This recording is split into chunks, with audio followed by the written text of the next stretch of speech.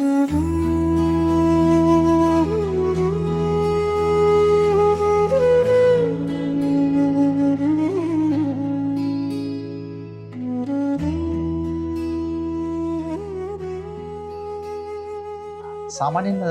අපි විශ්වාස කරන දෙයක් තමයි රන්ගිරි දඹුලු රජමහා විහාර පින්බිමත් එක්ක විශේෂයෙන්ම මේ දේව සංකල්පය කියන කාරණේ මනාව බද්ධ වෙච්ච කාරණයක් බවට පත් වෙලා තියෙනවා. මේක අද ඊයේ පවතින කාරණයක් නෙමෙයි. ආදි කාලේ ඉඳලා වළගම්බා රජතුමාගේ ඊටත් එහා කාලේ නම් පැවතින සිද්ධියක් බව තමයි අපිට ආරංචි වෙන්නේ. අපි හිතුවා මේ පිළිබඳව ඔබව කතා කරන්න ඕනේ, දැනුවත් කරන්න ඕනේ කියලා. ඒ පිළිබඳව කතා කරන්න පුළුවන් සුදුසුම මානව සම්පත තමයි මේ මාත් එක්ක ඉන්නේ.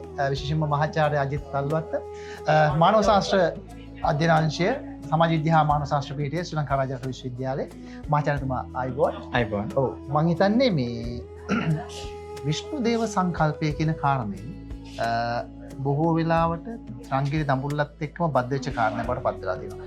ඇයි එහෙම උනේ? මොකක්ද මේක ඉතිහාසය? අතවශ්‍යම රන්ගිරි දඹුලු රජමහා විහාරයේ හා බද්ධව විෂ්ණු දේව ඇදහිල්ල බොහොම අනාදිමත් කාලයක සිදුවන දෙයක්. විශේෂයෙන්ම මහනුවර අවදියේ මේක වඩාත් ජනප්‍රියයට පත් වෙලා ඒ තුලින් විකාශනය වුණු පසුබිමක් දක්න ලැබෙන්නේ. හැබැයි කොහොමද විෂ්ණු ඇදහිල්ල ලාංකික සමාජයත් එක්ක බද්ධ වෙන්නේ? අන්න ඒතර තමයි අපි හඳුනා ගන්න ඕනේ. විශේෂයෙන්ම දැන් මේ විෂ්ණු ඇදහිල්ල කියන කාරණය විෂ්ණු දෙවියන් ඇදහිල්ල ගන්නේ පොළොන්නරු අවදියත් එක්ක අනුරාධපුරයේ අවදියේ යම් ප්‍රමාණයකට අපිට තොරතුරු ශේෂව තිබුණා. නමුත් පොළොන්නරු අවදියෙන් පස්සේ නිර්තදිග රාජධානිය හා සම්බන්ධ වෙනකොට විෂ්ණු ඇදහිල්ල අපි අතරට බොහොම ජනප්‍රිය වෙලා තියෙනවා. මේකේ ಭಾರತೀಯ පසුබිමක් තියෙන පසුබිමකුත් අපිට තියෙනවා. විශේෂයෙන්ම අර රාම ක්‍රිෂ්ණ කතාව තුළ විශේෂයෙන්ම ක්‍රිෂ්ණ දෙවිඳුන් හා සම්බන්ධ වෙන දැන් ඉන්දියාව තුළ ක්‍රිෂ්ණ දෙවිඳුන් විදියට හඳුනා ගන්නවා. පසු කාලීන ලාංකික සමාජයත් එක්ක පෙළ ගැහෙනකොට මේක විෂ්ණු දෙවියන් බවට පත් වෙන සංස්කෘතියක් තමයි තියෙන්නේ. එතකොට විශේෂයෙන්ම දැන් අනුරාධපුරයෙන් පොළොන්නරුවෙන් රාජධානි විතැන් වෙලා විශේෂයෙන්ම පොළොන්නරු අවදි වෙනකොට දෙවියන් හා බද්ධ සංස්කෘතිය පුළුල් වෙනවා. එක පැත්තකින් Hindu බලපෑම, අනිත් එක තමයි අර ඉන්දියානු පසුබිමත් එක්ක ආපු විශේෂයෙන්ම මහායානික අදහස්. මේ සියල්ල තුළම බුදුදහම තුළ කේන්ද්‍රගත වුණු ඒ අර බුදුන් කේන්ද්‍රගත වුණු ක්‍රියාවලියට එහා යමින් දෙවියන්ට බද්ධ වූ සංස්කෘතියක් නිර්මාණය වෙනවා. විශේෂයෙන්ම ගම්පල යුගයෙන් පටන් ගත්තාම කෝට්ටේ යුගය වෙනකොට මේ දේව ඇදහිල්ල කියන එක බොහොම ප්‍රබල දැනගන්නවා. ඒතකොට සිව්වරන් දෙවරු පිළිබඳ අපිට තොරතුරු හම්බෙනවා. ඒ හමුවීම තුළ විෂ්ණුත් ඒ අතර ප්‍රමුඛ භාවයට පත් වෙනවා. ඉතින් මේ පවතින දේව ඇදහිල්ල සහ ඒ සංස්කෘතිය විශේෂම උපුල්වන් දෙවියන් සමග මුසු වෙනවා. එතකොට පැහැදිලි ලෙසම අපේ ඉතිහාසයේ තියෙන මූලාශ්‍ර ඓතිහාසික සාධක නිවැරදි ලෙස ගැලපීමේදී අපිට පසක් වෙනවා විෂ්ණු හා බද්ධ සංස්කෘතිය විශේෂම මහනුවර යුගය වෙනකොට ප්‍රබල තැනකට පත් වෙනවා. එතකොට ඒ ප්‍රබල තැනකට පත් වෙනකොට දැන් අපි අද මේ ඉන්න රන්ගිරි දඹුලු මහා විහාරය එක් අවස්ථාවක වළගම්බා යුගයේ සිට පොළොන්නරුවට විතැන් වෙලා පොළොන්නරුවෙන් අපේ විජයබාහු රජතුමා, නිශ්ශංකමල්ල රජතුමාගේ සිට තව ඉදිරියට ගමන් කරලා මහනුවර අවදියේදී මේක බොහොම සෝභාමත් වෙන බොහොම සංස්කෘතික වශයෙන් ප්‍රබල තත්ත්වයකට පත් වෙනවා. එතකොට විශේෂම නායකා රජවරුන්ගෙන් අපේ කීර්තිශ්‍රී රාජසිංහ රජතුමා ඔහු වඩුක වංශිකයෙක්, ඒ වගේම නායකර් වංශිකයෙක්. එතකොට ඔවුන්ගේ එක සම්ප්‍රදායක් තිබුණා දෙවියන් හා බද්ධ සංස්කෘතියත් එක්ක ප්‍රබල විදිහට සම්බන්ධ වෙනවා. පෙර රජදරුවන් හිටියා බෞද්ධ ආගමත් එක්ක බොහෝ සම්බන්ධ. නමුත් මහනුවර කියනකොට මොවුන් Hindu භක්තිකයන් නිසා මේ කාරණියත් එක්ක පෙළ ගැසුණා කියන එක අපිට හඳුනා ගැනීමේ අවස්ථාව තියෙනවා. දළදා මාලිගාව අභියස ප්‍රධාන වශයෙන් සිව් දේවාලයක් පවතිනවා. ඒ අපි හඳුනා ගන්නවා නාථ, විෂ්ණු, කතරගම සහ පත්තිනි වශයෙන්. එතකොට දැන් මහනුවර යුගය වෙනකොට ඇයි ප්‍රධාන දෙවියන් බවට විෂ්ණු දෙවියන් පත් වෙන්නේ? එතකොට දැන් මහනුවර තියෙන ප්‍රධානම දේවාල අතර ප්‍රමුඛ දේවාලයෙන් විෂ්ණු දේවාලය. ඒ නිසා විෂ්ණු දෙවියන් මහනුවර කියනකොට විශේෂ වැදගත්කමක් තිබුණා. විශේෂයෙන්ම දැන් අපි හඳුනා ගන්න ආකාරයට නායකාර වංශික රජවරුන්ගේ විසවුරුගේ වන්දනයට දෙවියන් හා බද්ධ සංස්කෘතිය පුළුල් නැහැ. එක් පැත්තකින් බෞද්ධ ආගම තියෙනවා, අනිත් පැත්තෙන් දෙවියන් සංස්කෘතිය තියෙනවා. එතකොට උඩරට බෞද්ධ පුනර්ජීවනයේ සුවිශාල කාර්යභාරයක් ඉටු කරන අපේ කීර්තිසී රාජසිංහ රජතුමා මේ අපි අද ඉන්නේ මේ දඹුලු විහාරයේ අභිවෘද්ධියට සහ සංවර්ධනයට සුවිශාල දායකත්වයක් ලැබලා තියෙනවා. එතකොට මේ ඒ අර වලගම්බා නිරුදුන්ගෙන් පටන් ගත්ත ඒ මහා සංස්කෘතික ක්‍රියාදාමය මේ මහනුවර අවදි වෙනකොට පුළුල් පරාසයකට බද්ධ වෙනවා. ඒතකොට මේ දෙවියන් හා බද්ධ සංස්කෘතිය මේ විෂ්ණු දේවාලය පුරාද ගොඩ නැගෙන්න පටන් ගන්නවා. දැන් අපි මේ අද ඉන්න මේ විෂ්ණු දේවාලය බොහොම ඓතිහාසික වශයෙන් සහ පුළුල් වශයෙන් වැදගත්කමක් තියෙනවා. මාචාර්යතුමා මට පුංචි බාධාවක් කරන්න තුන දැන් සාමාන්‍යයෙන් අපි දන්න කාරණයක් තමයි රන්කිරි දඹුලු ඓතිහාසික විෂ්ණු දේවාලය දෙස් විදෙස් හරි ප්‍රචලිතයිනේ. බොහෝ විදේශකයන් පවා මේක සඳහන් කරනවා ඉතිහාස කඳාවල. අනිවාර්යයෙන්. එතකොට ඒ තරම් ඇයි ජනාදරයට ඇයි තරම් වන්දනාවට පාත්‍ර වුණේ ඇයි? දැන් මහනුවර අවදි වෙනකොට දැන් ප්‍රමුඛ කියන්නේ උපුල්වන් සහ විෂ්ණු කියන කාරණේ දෙක සම්මිශ්‍ර වෙලා විෂ්ණු දෙවියන් බවට නිශ්චිත වශයෙන් පත් වෙනවා. නමුත් අර මුල් අවස්ථාවේදී අපි සංදේශකාවිල ගම්පල යුගයේ කෝට්ටේ යුගයේ සංදේශවලදී ඒක වෙනස් බවට පත් වෙනවා. හැබැයි මහනුවර කියනකොට ඇයි මෙතන දඹුල්ලට මේක කේන්ද්‍රගත වෙන්නේ? අන්න ඒක තමයි අපි හිතන්න ඕන කාරණයක් තියෙන්නේ. විශේෂයෙන්ම දැන් මේ දඹුලු විහාරයේ ඓතිහාසික කරුණු කාරණා ගැන කතා කරනකොට මූලාශ්‍ර විදිහට අපි අපේ දේශීය මූලාශ්‍ර ඒ වගේම අභිලේඛන මේවා තියෙනවා. ඒ වගේම විදේශීය වාර්තා අපිට තියෙනවා. ඒ විදේශීය වාර්තා අතර ගත්තාම ජෝන් පෝබස් ඒ වගේම එමර්සන් ටෙනන් ඊළඟට බාරෝස් මේ අය විදේශිකයෝ. නමුත් ඔවුන් මේ විෂ්ණු දේවාලය නැත්නම් දඹුල්ල පිළිබඳව සඳහන් කළා. ඔවුන් සඳහන් කරන ඒ විස්තර තුළ මේ මහා දේවාලය පිළිබඳව මහා දෙවියන් සම්බන්ධයෙන් කරුණු ගොඩක් වාර්තා කරලා තිනවා. එතකොට දැන් අර විශේෂයෙන්ම දැන් ඇතැම් අය විවිධ නඩුව හබ්බවලදී මේ දෙව් මැදුර ළඟට ඇවිල්ලා දෙපාර්ශ්ව එකඟතාවයකට ඇති වෙන අවස්ථා තියෙනවා. ඒ කාරණා එතන එක් තැනක තියෙනවා. විශේෂයෙන්ම දැන් එක සිදුවීමක් තියෙනවා විෂ්ණු දෙවියන් හා බද්ධ ඒ දිවිරීම කොතෙක් ප්‍රබල තුනත් එක පුජ්‍යලයක් බිලිකොක්කකින් එක සහෝදරයෙක්ගේ තුවාල කරලා මැරුවා කියනවා. අනිත් සහෝදරයාත් පස්සේ මේනා. ඊළඟ සහෝදරයෝ දෙදෙනාට ඉඩම් ටික බෙදා ගන්න ඕනකට පස්සේ ඒ දෙදෙනා අතර ඇති වෙන යම්කිසි මත ගැටුමක්. ඒ මත ගැටුම අවසානයේ මෙතෙන්ට ඇවිල්ලා තමයි විසඳ ගන්න. ඒ නිසා අර මේ ප්‍රදේශයට බොහොම ප්‍රබල විදියට විෂ්ණු දෙවියන් හා බැඳුණු සංස්කෘතිය එදා ඉඳලම අද වෙනකන් තියෙනවා. ඒ නිසා මේ විදේශිකයෝ සෑම විදේශිකයෙක්ම දඹුල්ල ගැන කියනකොට මේ අපි සිටින විෂ්ණු දෙවියන් සහ විෂ්ණු දේවාලය ගැන මේ විශේෂයෙන්ම දේවරාජ විහාරය ගැන අනිවාර්යයෙන්ම සඳහන් කරලා තියෙනවා. මේ තමයි විෂ්ණු දෙවියන් හා බැඳුණු ඓතිහාසික දඹුල්ලේ තියෙන පුරාවෘත. ඉතින් අපි සූදානම් මෙතනින් පස්සේ තවත් දේව වන්දනය පිළිබඳව කතා බහ කරන්න අපි තවත් සමුදෙමු. හොඳයි. අපි යමු.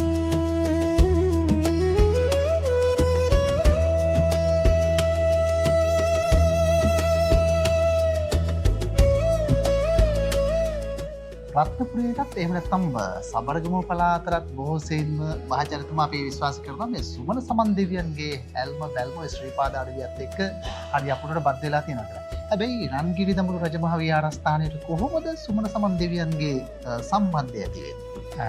ඇත්තටම දැන් රන්ගිරි දඹුලු විහාරයේ අපි මේ පිටුපස තිබෙන ප්‍රතිමාව සුමන සමන් දෙවියන්ගේ වටා විශ්වාස කරන්නේ. එතකොට විෂ්ණු දෙවියන් සහ සුමන සමන් දෙවියන්. එතකොට මේ සුමන සමන් දෙවියන් හා බද්ධ සංස්කෘතිය කොහොමද මේ රන්ගිරි දඹුලට සම්බන්ධ වෙන්නේ? විශේෂයෙන්ම දැන් ඔබ හිතන්න දැන් ගෞතම බුදුන් වහන්සේගේ බුද්ධත්වයේ තුළ අසිරිමත් සිදුවීම් ගණනාවක් සිදු වෙනවා. ඒකදී ශ්‍රී ලංකාවට උන්වහන්සේගේ වැඩම කිරීම හා සම්බන්ධ අපිට සාහිත්‍ය මූලාශ්‍රයක තොරතුරු වලින් පැහැදිලි වෙනවා. එතෙන්දී සුමන සමන් දෙවියන් හා ඒ සම්බන්ධ පසුබිම ඔබ සඳහන් කරලාද ශ්‍රීපාද අඩවිය හා සම්බන්ධ සිදුවීම් තුලත් එක්ක පෙළ ගැසෙනවා. එතකොට දැන් මෙතන තියෙන්නේ බෞද්ධ ධර්මික සම්පූර්ණ නමක. ඒතර ගෞතම බුදුන් වහන්සේගේ ඒ විවිධ වූ සිදුවීම් අසිරිමත් දේ පාදක කරගෙන නිර්මාණය වුණු එකතුවක් තමයි අපි අද මෙතන දකින්නේ. එතකොට සුමන සමන් දෙවියන් මෙතෙන් යොමු කිරීම තුළ අර එදා අර මහනුවරගේ ප්‍රචලිත වුණු අර දේව සංකල්පය කියන එක තවදුරටත් ඉදිරියට ගෙනියෑමට අවකාශ මෙතනින් සැලසීලා තියෙනවා. ඒ නිසා එක් පසෙකින් මහා සුවිශාල පිළිම වහන්සේලා 159ක් වැඩ ඉන්න මේ ලෙන් පහ තුළ ඒ තුළ අපි දකිනවා මේ 159 එක් පිළිමයක් හැටියට මේ සුමන සමන් දෙවියන්ගේ ප්‍රතිමාව. එතකොට සුමන සමන් දෙවියන් හා බද්ධ සංස්කෘතිය දැන් සාමාන්‍ය ස්වභාවය තමයි සුමන සමන් දෙවියාගේ වාහනියට සලකන්නේ සුදු ඇත්තේ. නමුත් අද අපි මේක දකින්නේ නැහැ. ඒ නිසා අදහසක් තියෙනවා සමහර විට මේක බෝධිසත්ව ප්‍රතිමා වශයෙන් තිබුණු දේවල් පස්සේ මේ මහනුවරගේදී මේ විදිහට වෙනස් වීම වලට ලක් වුණා. දැන් මේ අපි දකින මේ විෂ්ණු ප්‍රතිමාවත් එවැනි අදහසක් තමයි පවතින්නේ. ඒ නිසා මේක යම්කිසි වෙනස් වීමකට ප්‍රතිසංස්කරණයේද කීර්තිසී රාජසිංහ සමයේදී මේ කාරණා සිද්ධ වුණ බවට තමයි අපිට පැහැදිලි වෙන්නේ. දැන් ඔබට පැහැදිලි ඇති කොහොමද මේ දේව සංකල්පය කියන කාරණාව දඹුල්ලට සම්බන්ධ වෙන්නේ කියන එක සහ අපේ ආදි පැරණන්ගෙන් පැවතගෙන එන බොහෝ සම්ප්‍රදායන් තවමත් ඒ විදිහට චාරිත්‍රානුකූලව මේ විහාර භූමියේ සිදු කරනවා. ඒවා මහාචාර්යතුමා හරි අපූර්ව දේවල්. මොකද ඒ සංස්කෘතියෙන් බෙදෙන්නේ නැහැනේ අපි. අතීතයේ පැවතගෙන යන දේවල් ඒ වත් පිළිවෙත් ඒ විදිහටම තාම ඒ විදිහටම තියෙනවා. අපි කතා බහ කරනකොට අපි දකින දැන් සමහර දේවල් පිළිසකර විදිහින් පවතිනවා. මොකද මේවා මතු පරම්පරාවට රැක ගන්න ඕන නිසා. ඒ වගේම තමයි අපි මෙතන එහාට අපි යමු තවත් තැනකට. ඒ තියෙන්නේ අපි සම්පූර්ණයෙන්ම විශ්වාස කරනවා මෙතන තියෙන්නේ විශ්වාසය සහ ඇදහිල්ල සහ ආරක්ෂාව කියන කාරණාවන්. ඒක තමයි අවලෝකතේශ්වර බෝධිසත්වය කියලා කියන්නේ. අපි එතෙන් යන්න හොඳයි.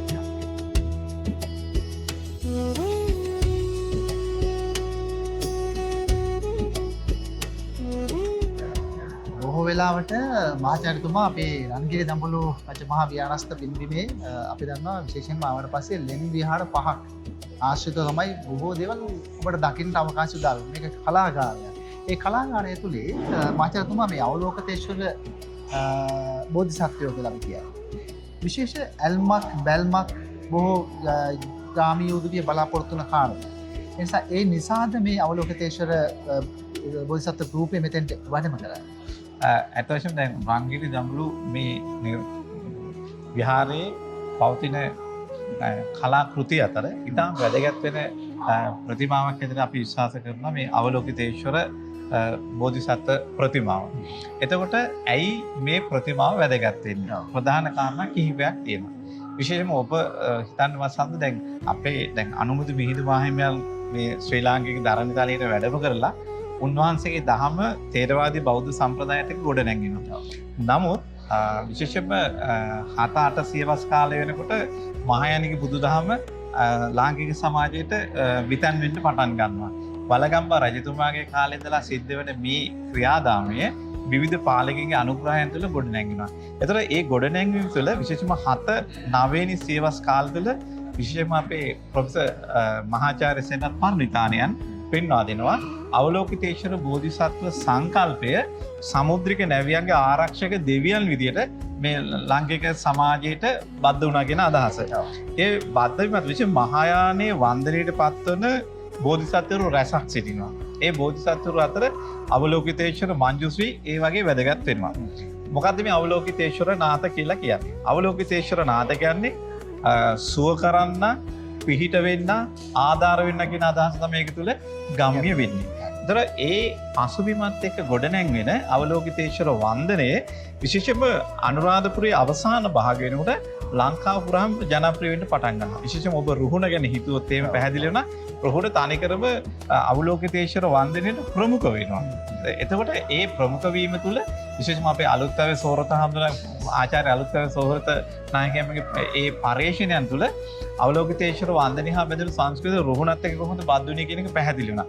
එතකොට මේ අවලෝකිතේශ්වර කියන අදහස අවලෝකිතේශ්වර මේ බුදුදහමත් එක්ක මහායානත් එක්ක ගොඩනැංවීම පොළොන්නරුව වදිනකොට දේව සංකල්ප බද්ධ වීමත් එක්ක තව ඉදිරියට විකාශනය වීමක් වෙනවා. ඒ විකාශනය වීමේ ප්‍රතිඵලයක් ලෙස පොළොන්නරු රාජධානියෙන් අවසාන වෙනකොට පැහැදිලිවම අවලෝකිතේශ්වර සංකල්පීය වශයෙන් වෙනසකට භාජනය වෙනවා ලෝකේශ්වර නාථ බවට. එතකොට දඹදෙනියාව ඉඳලා කෝට්ටේ අවධිය දක්වා මහනුවර අවධිය දක්වා ආපු ගමන් මාර්ගය තුල අවලෝකිතේශ්වර නාථ ලෝකේශ්වර නාථ බවට පත් වෙලා ලෝකේශ්වර දෙවියන් බවට පත් වෙනවා. නාථ දෙවියන් බවට පත් වෙනවා. එතකොට ඒ දෙවියන් බවට පත් වුණු සංස්කෘතිය අර පිරිත් කියලා ඒ තුලින් සෙත සාන්ති අපේක්ෂා කරපු සමාජයේ දෙවියන්ට වැඳුම් පිදුම් කරලා ඒ තුලින් ඔහුට බලාපොරොත්තු වෙන සමාජයක් එදා අපිට නිර්මාණය වෙනවා. ඒකේ උපරිමත් වෙනකොට කෝට්ටේ අවදි වෙනකොට අර අවලෝකිතේශ්වර ලෝකේශ්වර නාථ බවට පත් වෙලා ලෝකේශ්වර නාථ දෙවියන් බවට පත් වෙනවා. එතකොට එහි උපරිමත්ය තමයි අපේ තොටගමේ ශ්‍රී රාහුල හාමුදුරන්ගේ ගිරා සංදේශයේ කෙලින්ම යන්නේ නතිදුණ්ඩ. නතිදුණ්ඩ කියන්නේ නාථ දෙවියන්ට. එතකොට මහනුවර යුගයේ වෙනකොට දළදා මාලිගා අභියස අපි කතා කරම ප්‍රධාන දේවාලයක් සැකසෙනවා කියන එක. එතකොට අර මේ කැලණියෙන් පැත්තේ දකුණෙන් පැත්තේ තොටගමෙන් පැත්තේ නාථ ඇදහිල්ල කෙලින්ම සම්බන්ධ වෙනවා මහනුවර යුගයේ වෙනකොට. එතකොට රජෙකුට නමක් තෝරනකොට නලල් පටිය තබනකොට මේ හැම කාරණයක් තුළදීම ප්‍රමුඛ කාරණේ බවට පත් වෙන නාථ දේවාලය. එතකොට මේ නිසා අර අවලෝකිතේශ්වරගේ වටිනාකම මහනුවරට ඉතාම සුවිශේෂී වුණා. එතකොට ඒ නාථ දෙවියන් බවට පත්වීම තුළ දැන් අදට අපි නාථ දේවාලය කියලා නාථ දේවාලය තියෙනවා. ඒ වගේම දළදා වහන්සේට පෙරහැරට පසුව ගමන් කරන්නේ නාථ දේවාල පෙරහැර. ඒ නිසා එතරම් කොයිතරම් වැදගත්කමක් තියෙනවද කියන එක පැහැදිලිනවා. අනිත් කාරණේ විශේෂයෙන්ම සිංහල අලුත් අවුරුදු උදා වෙලා නිමාව සනිටුහන් වෙනකොට හිසතෙල් ගෑමේ මංගල්‍ය සිදු කරන්නේ මහනුවර නාථ දේවාලය කියන නිසා අර රෝග සුව කරන්නා කියන එක කළ හැකි කියන විශ්වාසය තියෙනවා. එතකොට මේ විශේෂම අපි අද මේ තුනේ රංගිරි දඹුල්ලටද මේ අවලෝකිතේශ්වර වන්දනය කියන කාරණේ සිද්ධ වුණා කියන එක මේ කියන කාරණාවත් එක්ක පැහැදිලිනවා. එතකොට මේ විශේෂම මේ මහනුවරගේ තියෙන Hindu බලපෑම සංස්කෘතික එකාවේ ලොකු බලපෑමක්. ඒ බලපෑමත් එක්ක නාථ දෙවියන්ට නැත්නම් මේ අවලෝකිතේශ්වරට සුවිශේෂී වැදගත්කමක් ලබා දීමට සිද්ධ වුණා කියන එක පැහැදිලි. ඒතර මේකත් එක්ක විශේෂයෙන්ම අර මකුටේ තියෙන බෝධි ප්‍රතිමාව. ඒතර මකුටේ තියෙන ප්‍රතිමාව තුළම පසක් වෙනවා මේක අවලෝකිතේශ්වර. මොකද අවලෝකිතේශ්වර බෝධිසත්වයන් හඳුනා ගැනීමේදී විවිධ ආභරණ, විවිධ හැඩතල, විවිධ කාරණා ගොඩක් අපිට තියෙනවා. නමුත් මකුටේ තියෙන බුද්ධ ප්‍රතිමාව ඒ තුළ මේක පසක් වෙනවා නියත වශයෙන්ම අවලෝකිතේශ්වර කියන කාරණය. හරි අපූරු විග්‍රහයක් සිංහල රාජාවලියත් එක්ක අවලෝකිතේශ්වර කොයිතරම් සම්බන්ධයිද. හැබැයි එතනින් පස්සේ අපි විශේෂයෙන්ම පොළොන්නරුව අනුරාධපුර එතනින් පස්සේ ආපහු අවසානට අපි ඇවිල්ලා කෝට්ටේට එනකොට නාථ දෙවියන් බවට පත් වෙනවා. ඉතින් මහනුවරට ආපහු යන්නේ නාථ දේවාලයක් බවට පත් වෙනවා. මේ කොයිතරම් අපූර්ව සංස්කෘතියක්ද අපිට උරුම වෙලා තිබ්බේ. ඉතින් මහාචාර්යතුමා හරි අපූර්වට මේ පිළිබඳව සඳහන් කළා. මම හිතන්නේ වසන්තයේදී තව කාරණයක් මතක් කරන්න. දැන් මේ නාථ දෙවියන්ම තමයි දැන් මේක සංකල්පී වශයෙන් වෙනස් වෙන්නේ. ඒතර මේ නාථ දෙවියන් තමයි අනාගතයේ මතු බුදු වෙන මෛත්‍රී බෝධිසත්වයන් බවටපත් වන්නේ. එතකොට විශේෂත්වය තමයි ආරම්භයේදී බෝධිසත්වෙක්, විටක දෙවියෙක්, තවත් විටක දෙවියෙක්, අවසානයේදී මතු බුදු වෙන බෝධිසත්වයෙක් බවට පත් වෙනවා. එදා මේ ක්‍රියාවලියට බද්ධ වුණු එකම දෙවියා අවලෝකිතේශ්වර කියන එක මේකෙන් අපිට පැහැදිලි වෙනවා. ඒ නිසාද සාමාන්‍යයෙන් මහනුවර පෙරහැර ගත්තොත් දළදා වහන්සේට පසුව නාථ දේවාලයේ පෙරහැර අර එතන මෙහෙම දෙයක් කරා. ජෝන් හෝට් කියනවා අර දැන් මේ දැන් අර සෑම පාලකෙම බෝධිසත්වෙක් කෙනෙක් ගන්න විශේෂයෙන්ම අපේ ප්‍රධාන වශයෙන් ගත්තොත් අනුරාධපුරයේ සංඝතිස්ස සංඝ බෝධි ගෝඨාවේ විශේෂයෙන්ම මේ ගෝඨාවේට බියෙන් අපේ සංඝ බෝධි හිස දන් දීමේ ක්‍රියාවලිය වෙන ඒ නිසා පාලකෙක් උත්සාහ කරනවා බෝධිසත්වෙක් බවට පත් වෙන්න. රාජ කෙනෙක්. එතකොට ඒ ක්‍රියාවලිය නැවත ක්‍රියාවට නැංවීමක් මේ මහනුවර ගෙනකොට සිද්ධ වෙනවා. විශේෂයෙන්ම නරේන්ද්‍ර සිංහගෙන් අවසන් වෙන සිංහල රාජ්‍යත්වය මේ නායකවරුන් අතර පස්වීම සංකේතවත් කිරීම තුළ අර බෝධිසත්ව සංකල්පයට නැවත සිංහල රාජ්‍යත්වයේ ගමන් කරන ආකාරයක් සංකල්පීය වශයෙන් සිද්ධ වෙනවා කියන අදහස පෙන්වු කරන මේ කාලය වෙනකොට. එනිසාම තමා නරේන්ද්‍ර සිංහගෙන් අවසන් වුණු රාජ්‍යත්වයට මේ ඇත්තන්ගේ පැමිණීම සංකේතවත් කිරීම තුළ නාථ දෙවියන්ට ප්‍රමුඛ දෙවියන් බවට පත් වුණා.